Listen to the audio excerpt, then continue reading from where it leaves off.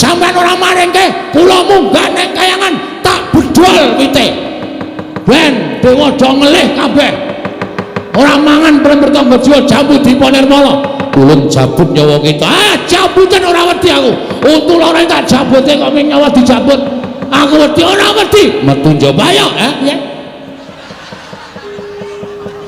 metu njaba weh lah dewa ngajari ora apik kowe dewa ngajari ora apik nek wis sah wis resmi iki ditokke jero ora metu njaba oh kurang ajar kowe ra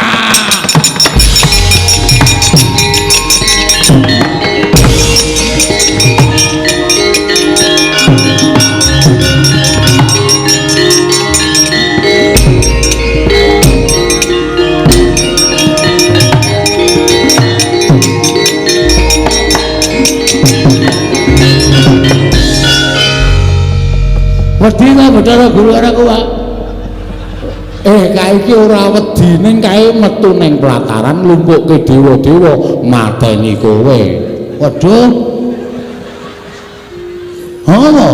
domongi kok aku padahal mau ning gojek dewa kok jak gojek ki ra iso mula aja sok sembrono waduh cilaka iki Truk aku diwangi Truk ya Reng apa aku diwangi ya oh tangane wete klirek kon gelut ayo ngantri rak ya ora tekan oh ditanono ora ngewangi aku berarti ku tega rumatiku iya saya-sayaku lho kowe ketoke cilik nek gelut trampil ngono aku diwangi ya Reng ya aku dilindungi kowe pokoke tak dapuk dadi limas oh iya limas kaya ngene iki sing wedi sapa coba limas kok ting gendiek-gendiek ngene sing penting getakane kok Tru getakan sempritan sing penting nah iya ora wis Pak Bapak rasa kuwatir tak tanggungi Pak rasa wedi ora ana apa-apa piye saya tak takon kowe tresno ora aku aku tresno nek kowe tresno mengko nek Bathara Guru methoke aku arep matani karo aku pedhoke ya Pak oh iya ya anake Bathara Guru jenenge apa Bathara Indra sisan kuwi pethono sisan Pak iya terus liyane oke penyarian Yamadipati Mahadewa Bathara Brahma Bathara Sambu lan sak piturute akeh banget dewa ndelok terus kuwi pethoke sisan ya Pak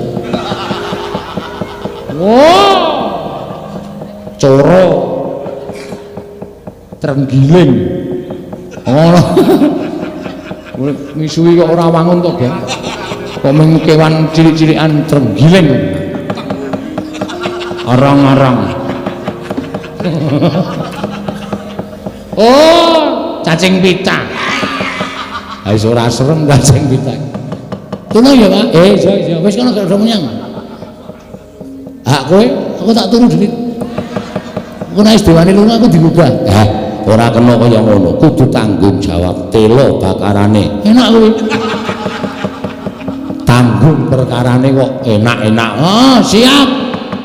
Jagung bakarane, Pak, kok telo bakarane. Nek wis ora gatek iki aja dibaleni. Senengane kok malah badarke dhewe. Aku karang ya ngono kowe. Nek ora pener aku sok ora lega. Aku wis rampung iso tak bener ora ya mau. Ora yakin ya. Mamet kan dhisik aku tak methoke karo dewa-dewa kae. Ning sing enom-enom pethukno, nek Bathara Guru sing maju aku sing methoke. Siap ya, Traya? Yo, ora nggo gending. Selepek. Oh ya. Blegek-kugek sak dunita. Mel. Piye kok do mlayu-mlayu? Wah, wis. Nek dewane kalah kabeh. Cocok ora? Dodo medun cocok. Sip. Penyarian tak kwampleng. Kutuk. Bebeki ora karo-karuan. Jungkel-jungkel Bathara Indra antem ya kontal. Pak. Bathara Guru nggawa drai. Wis. Drai dengkul memlocok ora. Sing marai mlayu ki ya Bathara Guru nggawa gaman kae. Namane apa ya, Tru? Kae jenenge kaya tombak ning pucuke telu Pak. Kuwi bebayani. Ora ana sing wani nampani kuwi. Kuwi pusakane Bathara Guru sing jeneng Cestrisula. Cestrisula terus. Gong Cestrisula gong. Agane Manchester Yamin. Cestrisula. Mula kok ditokke kok suarane. Cengkoke iki dawe-dawe. Cestrisula. Kae ora ana sing wani medhokke ning bapakmu wani. Ngene bapak mati. Ngene bapak sedo. Pendem ya Pak ya. Wis. Ape menang mati e. Kok karo bapakne kaya ngono to kok. Kon piye nek mati? Nek aku mati kowe ora sida mbangun desa. Waduh, wis ora ketemu Pak Bina. Cilaka iki to. Ha iya. Kudu sing mbangun desa iki. Pak Bina ora ono. Anu den bagus sing ngarsa. Iya. Ha iya jawe. Kowe do tengok kene. Bagong Petro gareng tengok kene. Bathara Guru aku tak ning kene kok ora tekan kene dhewe kok.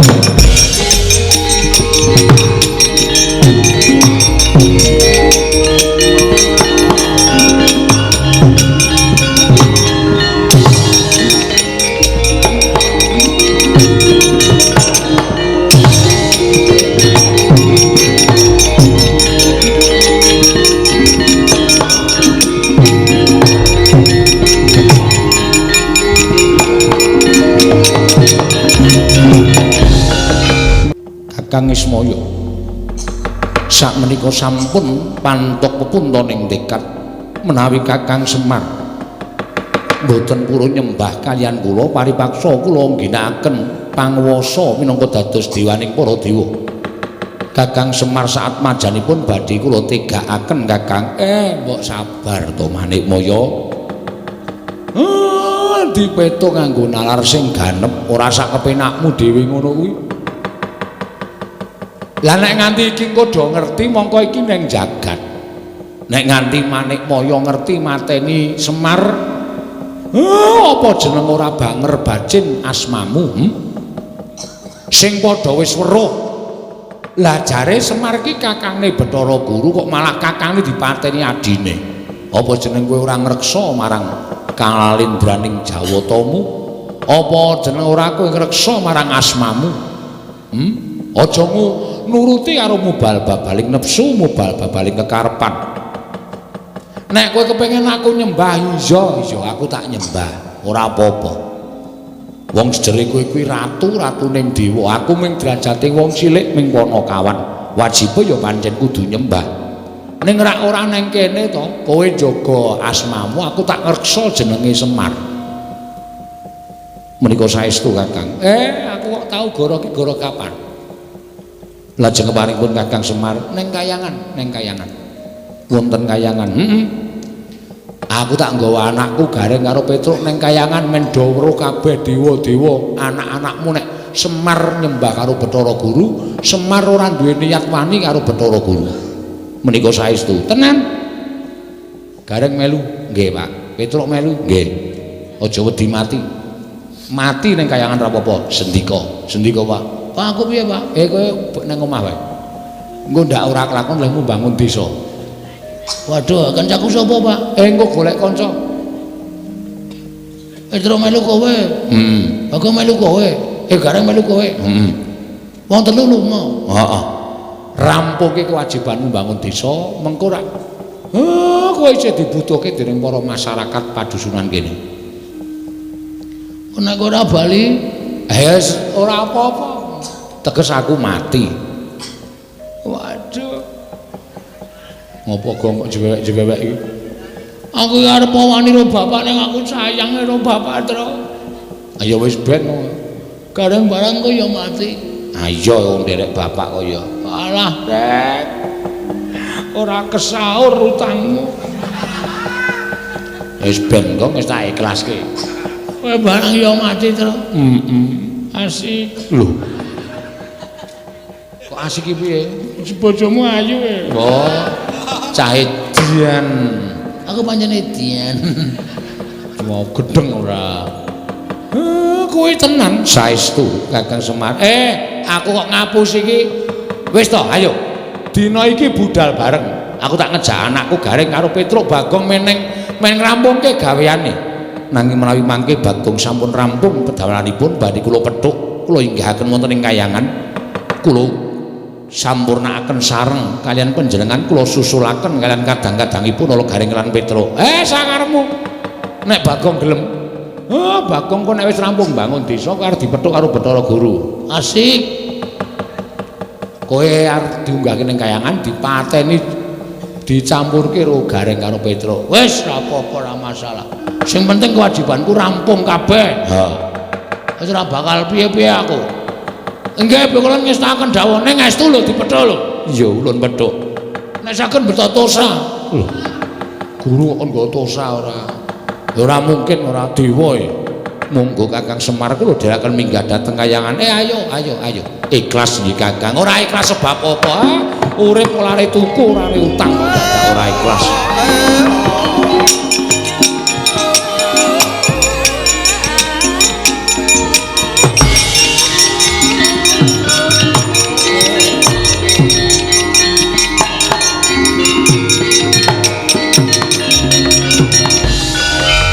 Semedhot atiku. Matur nuwun ya, Prak. Kowe mbelani karo aku. Matur nuwun Sareng. Kowe mbelani karo aku, kowe ya Truk. Aja kuwatir. Bandamu tak jarah rayah. Maksudku tak slametke, Truk. Walah, kok sepine piye iki? Njuk kancaku sapa wis? Bapak ra ana, Petruk ra ana, Gareng ra ana. Nek nganti tekan jam 2 padahal ngendika mati gara-gara masa aku dhewe wis ora bakal rame, ora bakal gayeng aku terus arep wadul karo sapa iki? Wadul karo Pepundhen Pandhawa malah diluputke. Wadul karo Sinuwun Darawati mesti disalahke. Sik. Oh iya. Aku sing sedulur ya. Bapak ki jarene tunggale 3. Semar, Ismaya, Tejamaya, Manikmaya. Tejamaya iki jarene Watagak. Ha iki aku nek ora njaluk pambiyature Watagak, wis ora bakal rampung perkaraku. Wis tak sowan ning Jurang Porong. Wah, aku sing sowan. Bapak digawa ning kayangan dipateni karo adimu wae. Nek Watagak mbogong ora melu-melu langsung tak benggang cangkeme. Tak suwek tenan. Adine kok ora arep melu-melu. Wah, aku sing sowan, aku sing teko.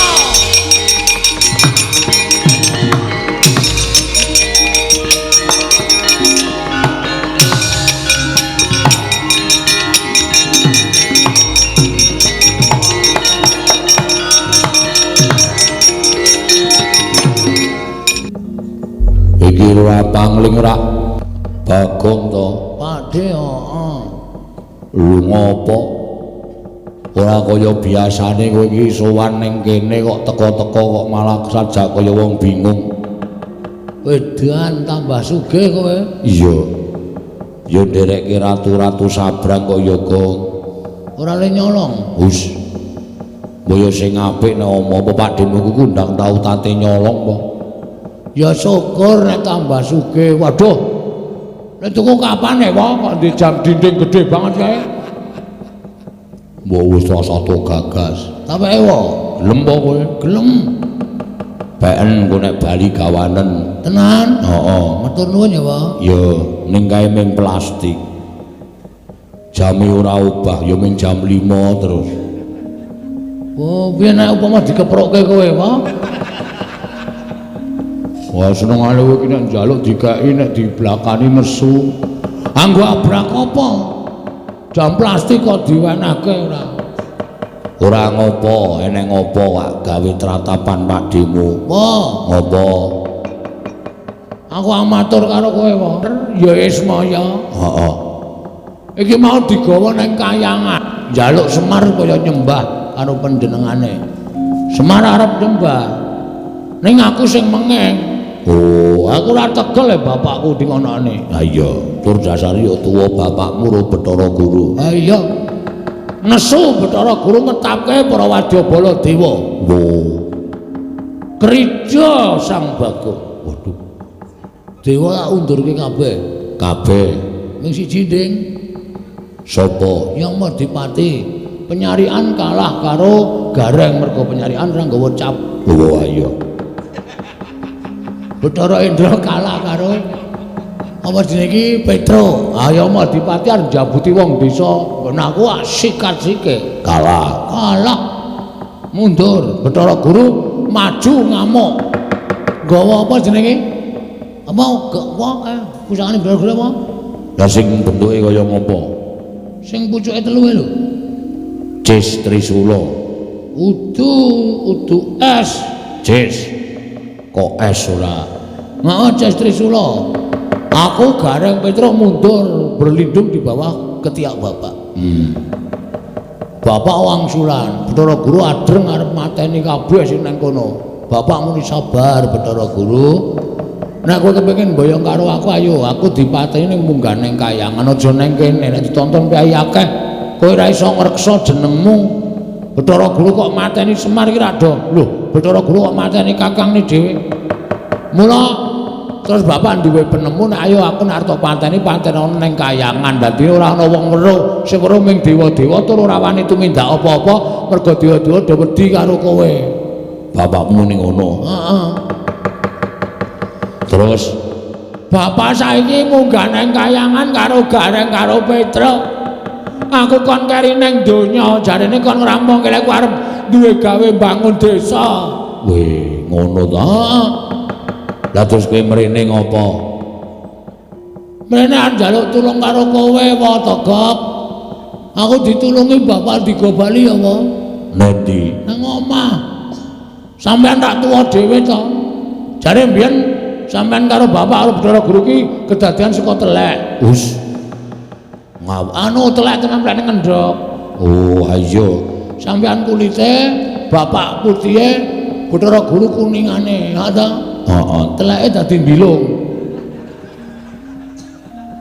Persetan. Basa Indonesia ora. Ana kuwi tulungi apa? Gong. Nah aku sing nulungi mengko ndak aku dikira wong tua sing melu-melu perkarane bapakmu karo Manikmaya. Lah terus aku ora iso nek kon munggah ning kayangan. Wah, aku nggo catet lho. Kok nyatet cangkemmu ya, wah. Sik. Wah, mak teratap aku. Aku ki wong ora tau sembrono ya. Nek mencrot terus nyatet cangkemmu tenan. Iki serius iki, nek ora gelem ngewangi arangku, ora gelem balekke bapak, asli tenan catet. Tak benggak nggo kunci Inggris sangemu. Men saya amba. Sik. Aku ora gelem ngewangi ning iki aku duwe cara. Caramu piye? Sing ngewangi kowe dhewe wae. Aku? Heeh. Jero kekuatanku apa? Ning ora wujud Bagong.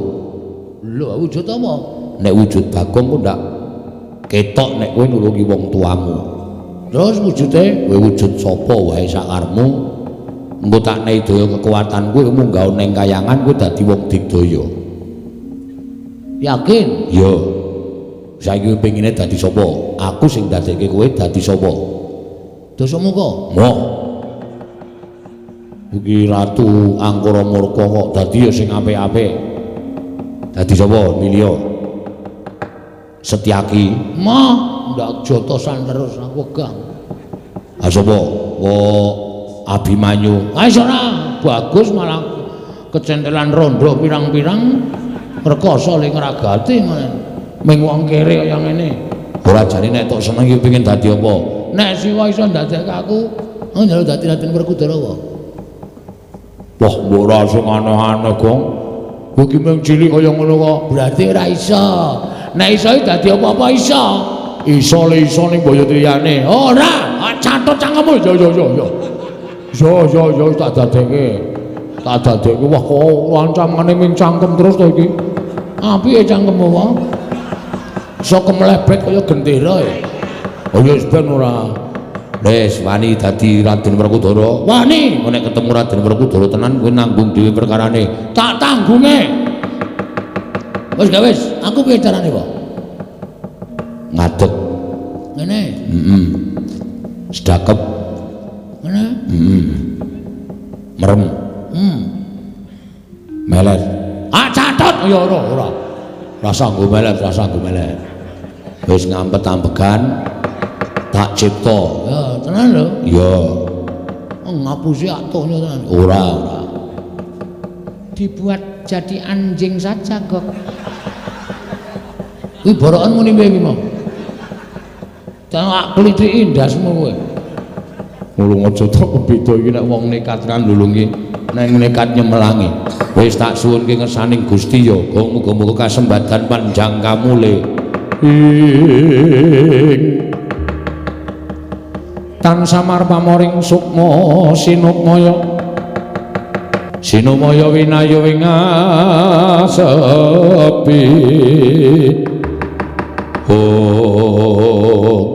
Wah. Dadi wae.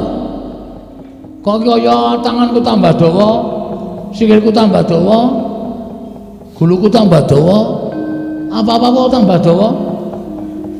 Iki kok ya tambah dawa dhewe ya iki kok. Ora wis wujud Raden Werkudara. Waduh, mileleng. Ayo, Werkudara ki ora lungguh ngisor lungguh dhuwur. Jumeneng aja pisan-pisan Werkudara lungguh ndak konangan. Siap. Wis. Malangkre. Tangane tumpangke mburi. Mburi. Kene. Heeh, kaya Raden Werkudara kae wis kewe omongan. Kowe ra wonge arang basa to. Mula dadi Raden Werkudara mesti cocok.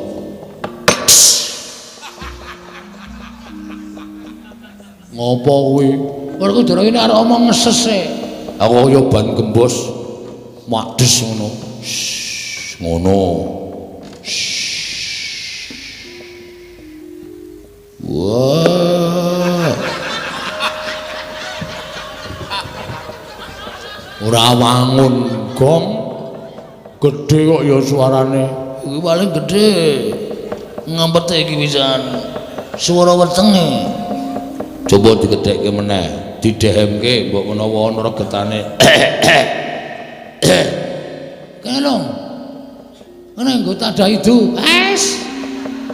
Jangan kok nggo pakecoan. Coba suarane sing gedhe. Ngerem dasmu. Wah, karo makne gedhe ngendas-ndaske. Iki lagi latihan diganggu. Oh ya, ora tak ganggu. Kok saya cilik ngembose. Kok saya sithik. Wong yo kae wis saya sithik. Maune ngono entek yo ngono. Wah.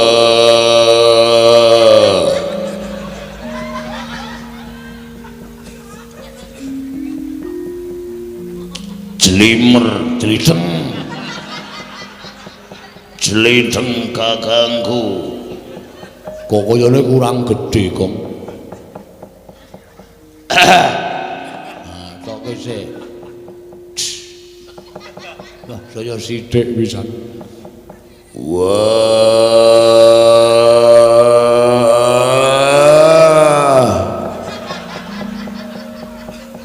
Jlideng kakangku. Walah malah ngentut barang iki. Ngampet kok ya. Angel dadi ganti wae, Gok.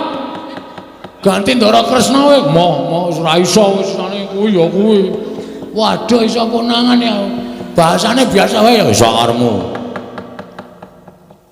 Wah, kuwi. Nang ngene iki mung sithik. Iki soal iki wis tak kelumpuke terus tak plethuke tuk ngono. Wah, ngono to. Wah. Toko. Waduh, ketara lho. Ben modar. konangan sing asli tutuki modar. Sing ganteng. Wah. Togok. Jatuh guru. Tejo mantri. Nah, wis rada wangun iki.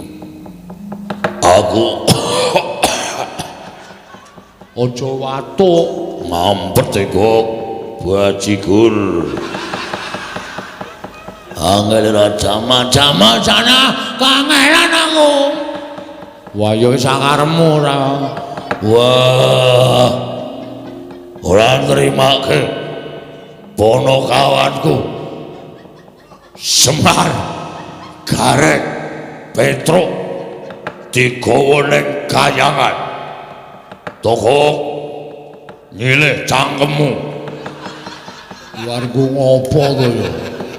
Pengestono kok aku arep munggah ning kayangan. Medal pundi? Metu undak-undakan. Kayangan ora ana undak-undakane. Kok ora dipasangi lip? Lip-lip napa ora? Kaya ning pundi mawon lip-lip ora. Pun kek Ndara Werkudara tindak teng kayangan Matekaji Bandung Bondowoso. Boga sebabe nek ketemu Rara Jonggrang Haji-haji ora bakal mandi. Ngono iku haji-haji ampuh. Bathara Guru. Wah. Edan. Iki aku nak njaluk ganti piye kok? Yo ganti-ganti ning aja ganti sing anu. Anu ganti Ndara Janaka kowe. Oh iya. Guys, aku rekoso iki lho nggawa awake rekoso abote ra jamak-jamak. Wis aku tak sedekah. Yo, Mulak-malik engko nek balik Janaka ra iso nyuwara nek malik meneh aku mau lho. Ora aku ning Janaka yakin sip. Oh iya. Top iki nek Janaka. Heeh. Bisa tak gunggahe cewek-cewek. Waduh kaya. Ya wis tak dongake. Anu wae, nekula wae. Oh ya Janaka wis dah. Mlorok mripate. Mesake. Aku senane ora positif gonta-ganti. Wis kok wis aku nganggo Werkudara rekoso. Yo tak dongak-dongake lakon pencakap.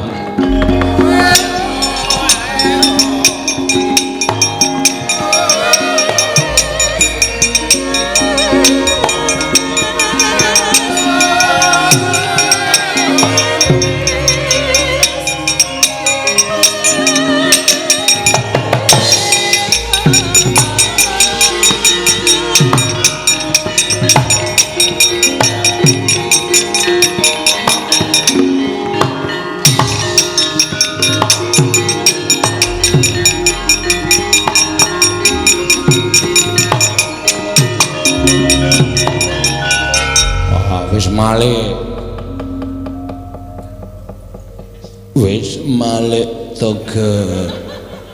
Wis Lam-lam perjiwatan boyo mira boyo ingsun sun permak kathoke jin. kowe iki dadi apa-apa ora wangun ya, Gong. Wis ngono kuwi wae. Toga pripun Ndara? Nah, linggung isor toga. Aku bendaramu. Walah-alah gawe aku ya ngrekasake. Ora sangger sura tak catut cangkem. Janaka kok nggo catut iki cara ngendi? Kiai Catut Pambelah Jagat. Pusakaning Raden Janaka toga. Nggih, pun kek minggat teng kayangan adi kula Semar dislametke. Iya toga. Pamujimu tak jaluk. Aku njaluk kanggo syarat munggah kayangan slamet ana ingkang kudu dadi tumbal. Sinten Kae borok mburi kae. mbok lunga. Selakajian ket mau iki. Bagong iki kirik tenan kok. Makne gre diborak-borokke. Aku budal munggah marang kayangan toga. Sing ati-ati ampun kados lari alit kula dongak-dongake kasembatan penjangkane. Iya toga minggiro. Aku arep joget. Oh nggih. Kakang Semar aja kuwatir aku ingkang bakal sumusul marang sira Kakang Semar tak slametke Kakang yen Kakang wis ketaton Kakang wis rumangsa duwe tatu sarta wis kedrawasan aja kuwatir mengko tak gawake oksigen supaya Kakang Semar tetep urip ana ing Madyapada Kakang Semar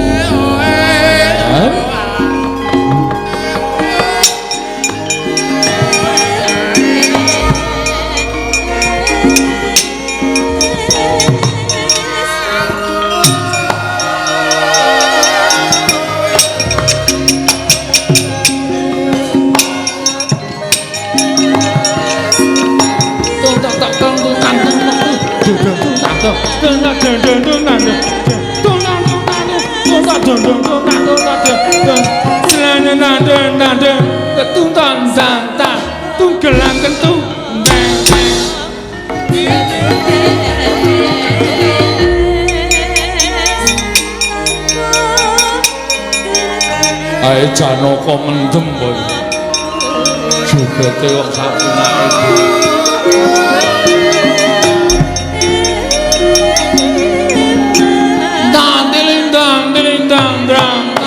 Gelang suku, tuntas suku, dilindang, delanta, gelang suku, tuntas suku, ora, anjur tundelang terus, tandel, tak tulung kentang, dong, dren,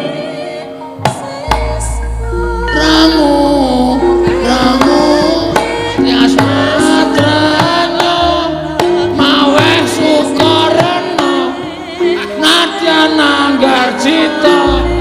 wen unggule ngayuta kandha do Gusti nyuwun pangapura nunandelande kublak tak kuntak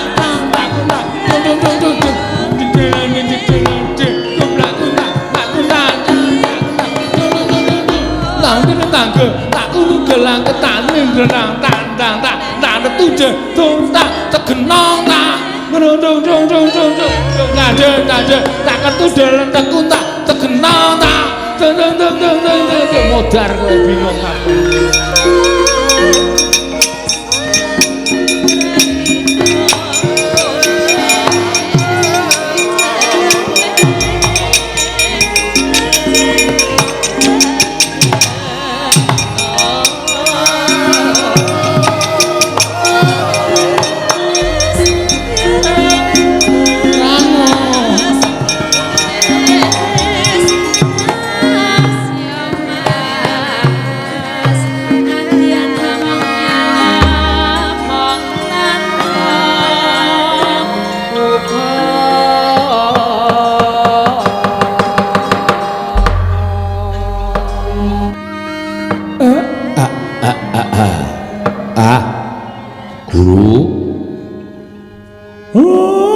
saka jagat budal marang kayuwangan rasaku wis manjing ana ing rasa ikhlas tegese sak mangsa-mangsa pancen kowe mburu marang kesenengan sak mangsa-mangsa pancen adhiku Manikmaya wis ora iso dindakake nggonmu duwe rasa gething keburu sengit karo Semar nganti mentala arep midana kelawan Semar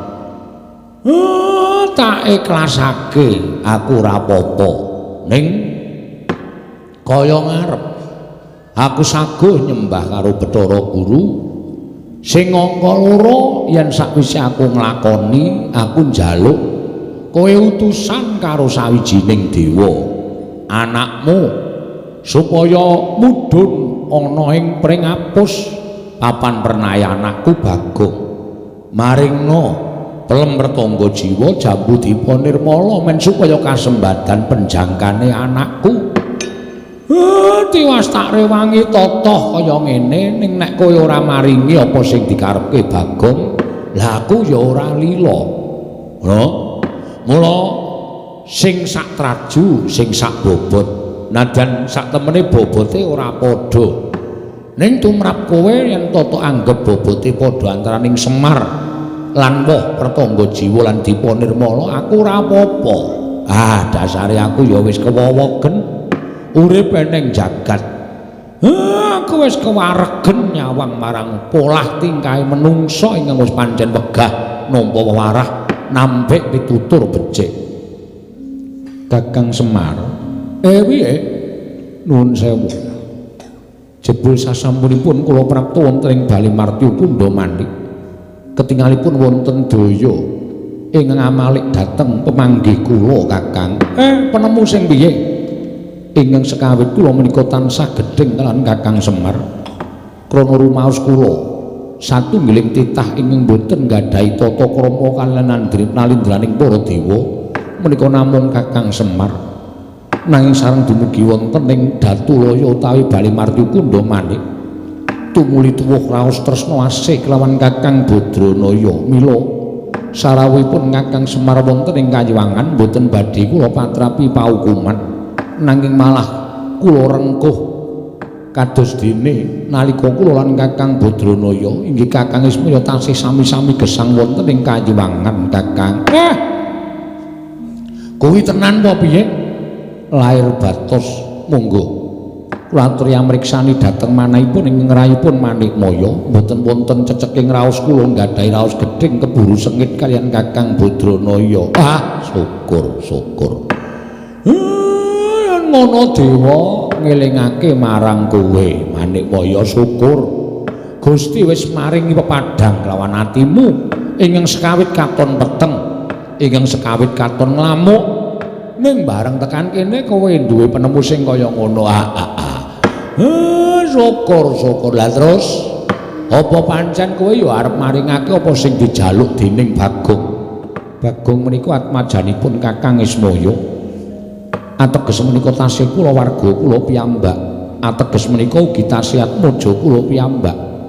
Destun menapa menawi kula mboten maringaken Pertangga Jiwa Jambudipa Nirmala ingkang saknyata kathah tukulipun wonten ing Kayiwangan, menawi Bagong namung betahaken setunggal Pertangga Jiwa lan setunggal Jambudipa Nirmala, kula kinten boten ngelongi dhateng menapa-menapa ingkang mapan wonten ing Kayiwangan. Kakang,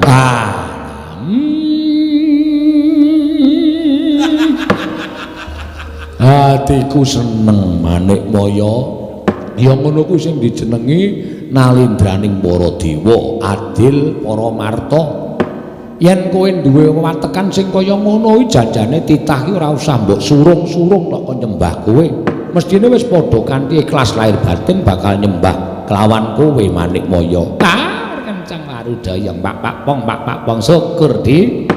Menawi jenengan dika tumuli engket dhateng Purwadaksina, kula nderek remen adi guru sampun ngrumaosi bila menawi badhe paduka ketindakaken menika mujudaken satunggiling kalepatan. Mila tumunten boten siyos dipun tindakaken, malah sak mangke Kakang Semar mapan wonten ing Suralaya karengku kados dene kadang nalika paduka tasih sami sugeng wonten ing Kayiwangan. Kakang Rada kasinggihan mekaten Kakang. Syukur. Tentreming para dewa, mahanane ayeming para kawula, rukuning para titah mapan wonten ing Martyapada di kasinggihan mekaten Kakang Rada. Mila ing saking menika Kakang sakmangke mboten namung Bagong ingkang badhe kula paringi Pertangga Jiwa lan Jambudipa Nirmala, nanging klebet Kakang Semar Nalagareng menapa dene Petruk ugi badhe kula sugata dedhaharanipun Kayiwangan. Jernyatanipun Kakang Ismaya menika ugi tunggiling para Jawata Kakang. Ya matur nuwun nek kuwi tok lakoni kanthi ikhlas. Nalagareng dalem Pak Petruk pripun Pak? Arep diparingi pelem Pertangga Jiwa karo Jambudipa Nirmala. Wah, ayo iki to. Monggo jarene piyai pinter sapa sing dharep pelem Pertangga Jiwa Jambudipa Nirmala ki bakal kena lara luputing pati. Weh, awak dhewe ora iso mati. Ya iso nek baterene entek. Dengkulmu nglocot ora. Omongan kok sarwa ora. Wis pat ngrasake ya, Tru. Kaya ngapa ya rasane? Ya paling kaya pelem gadung. Aja sembrana Petruk, pelem Pertangga Jiwa ki ya. Legine ora ana sing ngungkuli. Oh, ngoten. Kali pelem anu apa jenenge iki? Aromanis. Wah, legi pertaka jiwa. Oh, kali pelem sengir. Wah, legi pelem pertaka jiwa. Kali pelem napa jenenge iki? Pelem anu rapia. Wah, pertaka jiwa. Kali pelem sing di blaster. Wah. Legi pelem pertaka jiwa. Kali pelem oh, dusipi to rek. Ya wis biyen mangkel aku wawe. Oh, urung tau ngrasake koyo wawe. Nek ngaten badhe kula aturaken Kakang. Ya. Nek kowe ikhlas ya tak tampani. Tak pangane kanthi lega-legawane atiku Manikmaya. Smareka ten prayitna. Semulire seka bali. Titiyani Gandayani Trisanya Purnama sasi menika Kakang sawetawis pelemertangga jiwa lan jambu dipupa nirmala monggo kula aturi ngarahapi Kakang Semar. Ya matur nuwun. Nala gareng iki lho wis dimanggake karo pamanmu Manikmaya. Waduh, kuning-kuning kaya ngono to. Jambune ya wah manis-manis ngono ya. Wah, ya jambu nek yahene iki jan embruk-embruk rasane. Nyenengke. Ha iya. Kuwi mau dicokot mak tembel ya, Tru. Ha iya. Aja do rebutan. Ayo padha dipangan bareng-bareng monggo guru ya wis ngeparengake. Monggo Kakang Semar. Kula caosi kamardikan. Monggo Kakang Semar dipun rahapi sak sekecanipun Kakang Badranaya. Batalaruta saking Gudha Sangkara kula yen amutusa Sang Sri Rahab ki Lurah Semar Badranaya Lurah Nalagaring Tuwin Lurah Petra samyang rahapi pasugatan ingkang caosaken dening Wang Pikulun Manikmaya kelawan ingkang Raka Sang Hyang Ismaya. Parandening mangke Lurah Semar wis mangerteni gelagat pasemoning Sang Manikmaya parandene kendel kemawon Sang Hyang Jagat Girinata nalika semanten wis maringi daru beksi wisa miwah racun ingkang niwasi madyaning pelemertangga jiwa lan jambu dipa nirmala dupi den dahar dening para kawan sumerbet kang panon plakapi dara datane nget Purwadasina kagiat kadra kasan Hyang Pikulun Bathara Narada wau.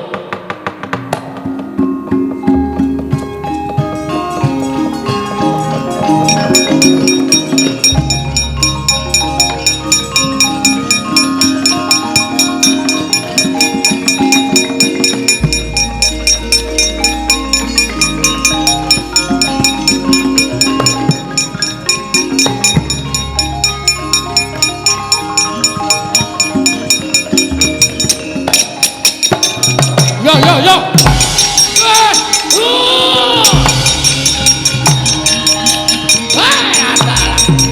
Wah, terus putih tadi. Wah.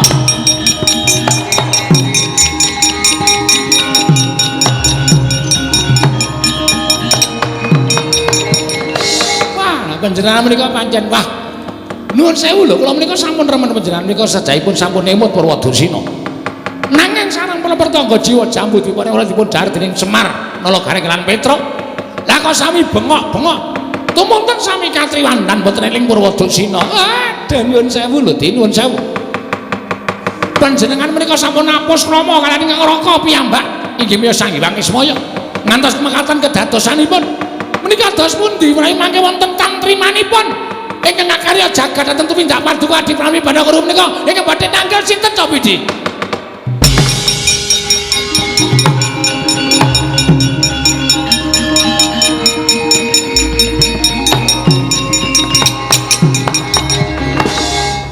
Kakang Narada, prawi niat kula pancen mekaten. Krana kula tidha-tidha menawi Kakang Ismaya menika kula pejahi sarana pusaka kadewatan. Kula pitados boten badhe wonten ingkang mempan. Nanging menawi sarana kados mekaten badhe kelampahan panjangka kula sakmangke sampun boten wonten titah ingkang boten purun nyembah tuwin boten purun tata krama kaliyan pun Manikmaya. sayekti lega manah kula dados dewaning para dewa. Ah, panjenengan menika sarak. Dewaning para dewa kok pakartinipun sados mekaten menika dos pundi? Angkara murka Budi Candala. Ah, menika mangke badhe ngembet kawontenanipun jagat badhe geger amargi kaperbawan panas sumuk sarta kekiyatanipun angkara murkanipun Adi Pramesti Bathara Guru. Sampun Kakang Trada menika perkawis kula. Kakang Trada sampun paring dawuh mboten badhe tumut-tumut, mboten badhe melu-melu. Kula sampun nyarujuki. Mila sampun ngantos kekathah anggen paduka paring pangandikan. Ala becik bener luput bungah susah manik moyo ingkang badhe nanggel. Ah, kula taleni menika panjenengan. Nek ana apa-apa ampun sambat Bathara Trada. Indra wonten timbalan. Kakang Ismaya lan atmajaning Kawasura eling bandanen tangane kerincumen sikile. Papana ana ing pinggiring kawah Candra Dimuka sak mangsa-mangsa mung kari glundhungake cememplung ana ing kawah Candra Dimuka Indra.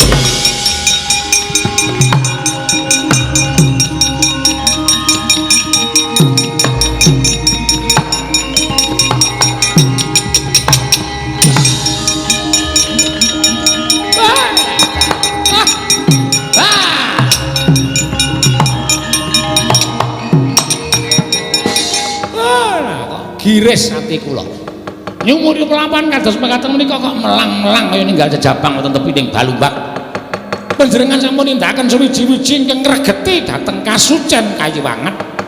Panjenengan sampun nindakaken suwiji-wiji ingkang damel kucem asmanipun Adi Pramesti Bathara Guru ning panjenengan boten kraos.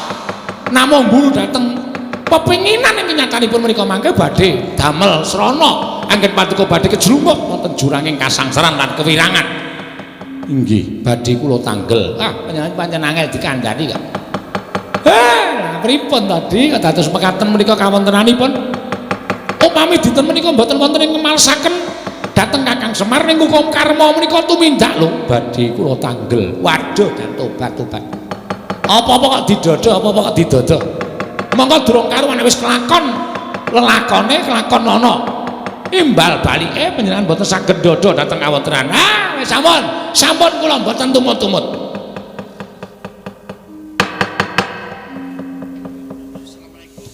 Assalamualaikum. Sapa iki kok? Kok riselo mateng kok didodok iki lho. Walah. Bukulun kula ingkang ngabdi pun satriya ing Madangkara Raden Janaka ya Raden Brahma Kumbara kula ingkang sowan ngabiyantara Bukulun nalikane raeng dalu wong agoman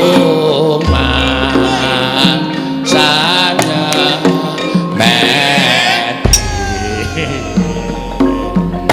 sirap kang kawana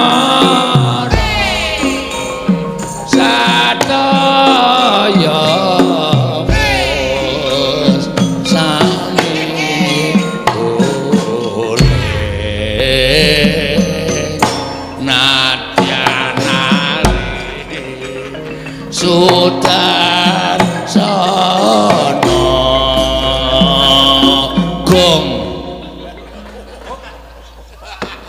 iki apa iki lho ra ono apa-apa Janaka edan iki ngapa iki Kakang Trada menawi menika rak kados titah panengah Pandhawa ha iki ra kaya ngono iki lho kok nggawa glotrekan barang wah lah menika pripun iki lho sampun Kakang kula ingkang badhe ndaku kulut Arjuna padha kanthi raja sapraptanira nggih Janaka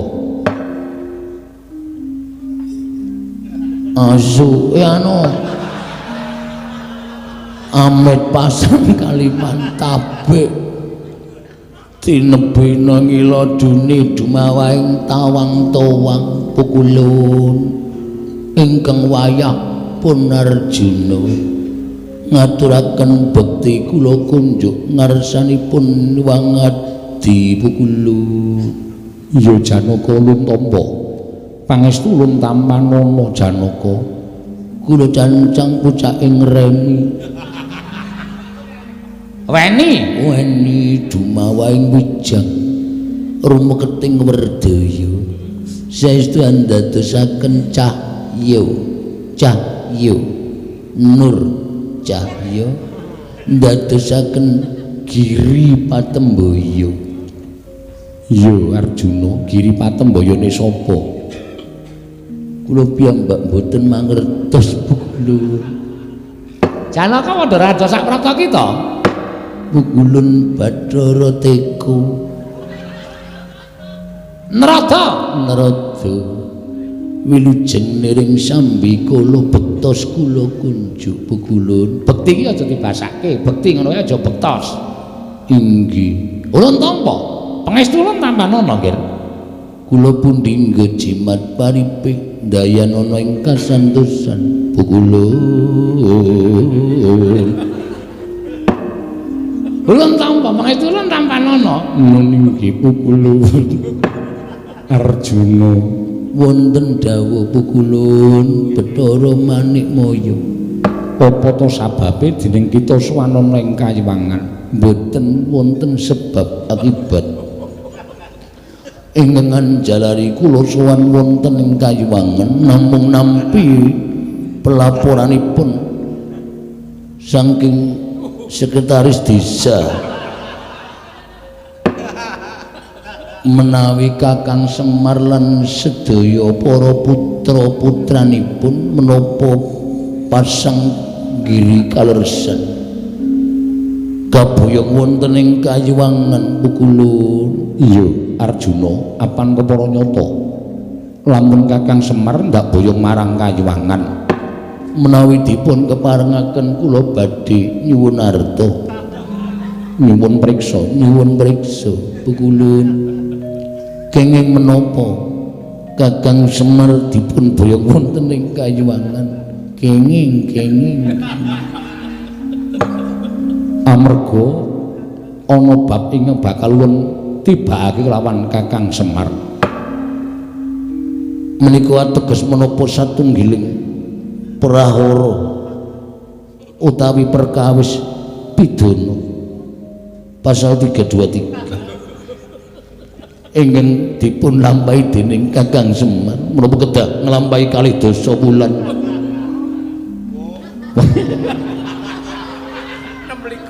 wonten lebeting Pakunjaran minangka eks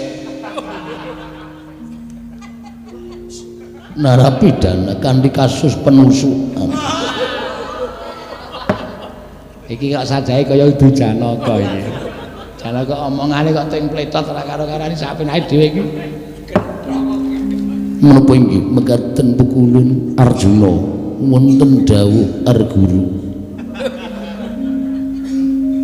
Kakang Semar ulun piji mangarsama sabab bakal ulun patrapi pidana menapa ing badhe kapatrapaketek dhateng kekecepet Pukulun ora nek kejaba mung pidana pati sabab Kakang Ismaya ora nate nyembah kalawan Bathara Guru mongko ulun nalindraning para dewa ora pantes urip ana ing alam padhang Kakang Semar kudu tekaning pati sabab wis ngasorake derajating Bathara Guru Janaka mulat mara Sangkarjana Esmunya kang kamanungsan kasrepan tingkahe mungsuh boten wonten babar pisan menawi paduka Pukulun kados mekaten lampanipun Janaka kuwalik raine nang kene ora raine nang kono dumeh rambute dawa digebeske Pukulun menawi ditira mekaten kula mboten narimakaken menapa ingkang dumados kaliyan Kakang Semar inggih Kakang Nayantaka inggih Kakang Sarunsari Budana nangunung juru Diapunta Prasanta inggih Sang Bojogati inggih Bojokrama kula mboten narimakaken Pukulun kula mboten trima menawi paduka Pukulun mboten menapa menika mangsulaken Kakang Semar wonten ngarsanipun ingkang wayahipun Raden Janaka. Rawe-rawe kula rantas malang-malang badhe kula putung Arjuna. Arjuna wonten dawuh. Yen ngono kita wani lan panjenengan ulun. Mboten ateges kula badhe wantun lan panjenengan pukulun namung pakartinipun pukulun ingkang sampun nalisir saking angger-anggering kautaman minggu saking dedalan. Kula mboten narimakaken. Bener Janaka nek tok waneni kok sak pinake dhewe ora. Yen ngono kita wani lan panjenengan ulun bakal ulun katutake dosane. Pukulun wonten tembungan dudut ngatur sulung luntung niki. Menawi panjenengan badhe ngatutaken menapa ing sampun badhe kula boten idri kan panjenengan pukulun guntur geni guntur angin sirnakna Janaka.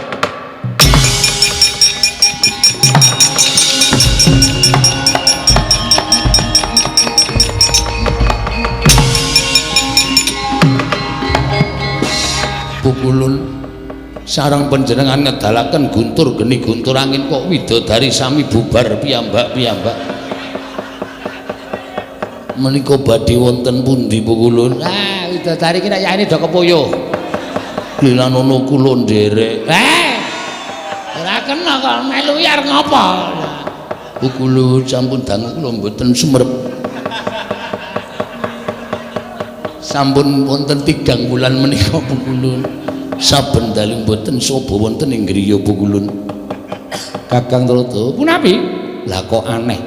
Guntur geni guntur angin kula dawuhi namung mapan wonten sak nginggil kula mboten purun andilat. Inggih menika jejeripun Janaka satemah lebur tumpur tanpa dadi. Pukulun guntur geni guntur angin sak menika sampun sambet pas derekan kalian kula. Mila mboten badhe wantun mejahi dhateng kula Pukulun.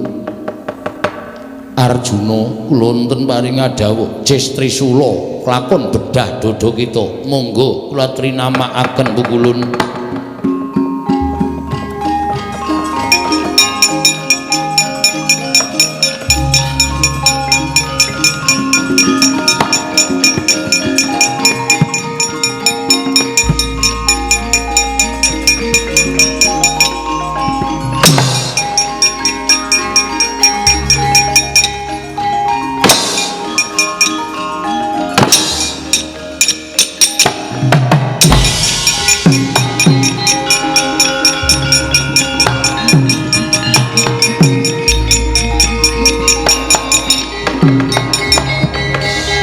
Kakang Trata, menapa inggih menika badhe numusi panjenenganipun Kakang Kaneka Putra? Pripun?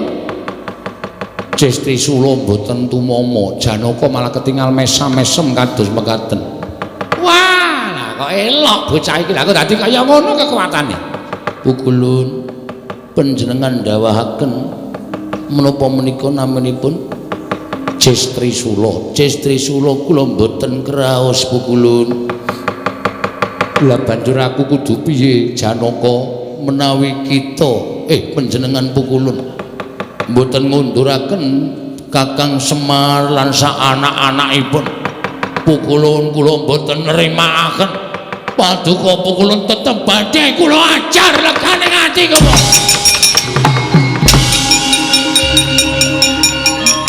Apa ora kaya Pukulun Bathara Nrada panjenengan kula katutake. Kose to aku ki ra melu apa-apa. Aku ki malah mau ngelekke Bathara Guru aja tumindak kaya ngono ning wis dipaida. Wis ora kena tak elekke. Aku ki dadi ra melu-melu. Mboten tumut-tumut. Ora. Oh inggih sampun Pukulun. Kula nyuwun pangapunten Pukulun. Ya ora dadi apa. Pukulun bertoses. Lho. Dewa kok jaluki rokok iki dewa ki ora udut. Dewa ki memang jambu dewa Nirmala, pelemper tangga jiwa ora udut. Mboten ses. Ora. Bringosen kok ora udut. Apa kuwi? Wong lanang apa? Wah, lah trondolo ki ora. Ora jane kok nyuwara. Pukulun. Coba, kowe nyuwara aja gede-gede, ning kaya swara biasane. Pukulun. Andrak kowe. Ora iso ngapusi kowe, ayo. Asem iki cah cilik angel ngapusi iki. Cah cilik dekulmu kowe ora. Ayo kowe dadi kesandangan ini sing akon sapa? Kula nggih goleki bapake. Nek bapak nganti tekan mriki dipidana kali pukulan Bathara Guru kula kelangan bapak le kakang kula, kanca kula sapa? Asing nyandangi kowe Janaka sapa? Anu, si Tomber, anu. Togok. Togok lah, togok. Ngapura ya, ana anak buahe loro nang kene. Nanti tak sebut jenenge. Walah, sing nyandangi Togok. Anu ya, anu nggih. Walah, mula kok ya duwe kekuatan munggah ning kayangan. Pripun niki pulun bapak kula teng pundi? Bapakmu nang pinggir Candra Dimuka ana. Tulungono dibondo karo pulun Bathara Guru. Wah, jan setan tenan kok Bathara Guru.